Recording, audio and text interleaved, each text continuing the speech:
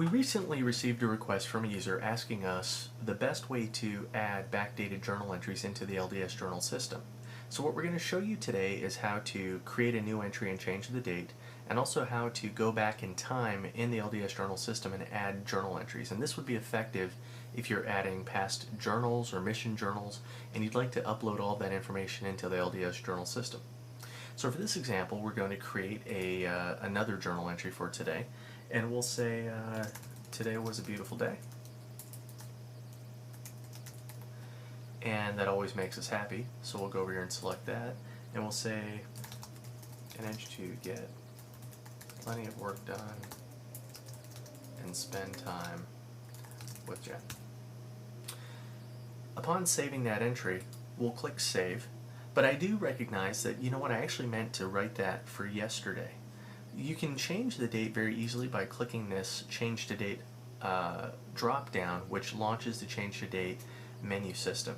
And let's say I actually wanted to either change it to Tuesday, but for this example, we'll change it to Monday.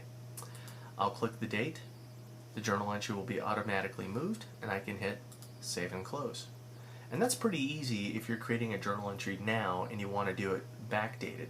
But let's pretend that you had a series of journal entries that you wanted to add at one time. Maybe you have a book and you're adding them as you go.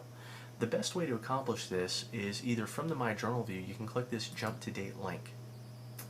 What that will show you is this option where you can go in here and choose Month View, Year View, and you can even jump back decades.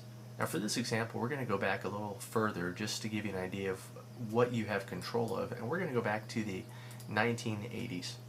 And we're going to select January, and since we can always assume that something happened on January 1st, we'll select the 1st of January 1980, and we'll create our journal entry. And we'll say, Happy New Year. And we'll say, let's make this year a good one. The 70s are over, baby. And we'll say we're feeling adventurous. Now, the best thing you can do at this point is, assuming there's nothing more you want to do with your journal entry, you can choose Save and Close. But if you happen to have a bunch of journal entries you wanted to add for the year 1980 and you have a book, instead of creating a new entry, you actually want to click Jump to Date again, and it will automatically launch you back into the most recent calendar date that you had selected. And from that point, you can choose any day. So if you remember an event that happened on the 2nd of January 1980, you would simply click the day and create your new journal entry. We hope this makes sense, and if you ever have any questions, please feel free to write us via the Message Center.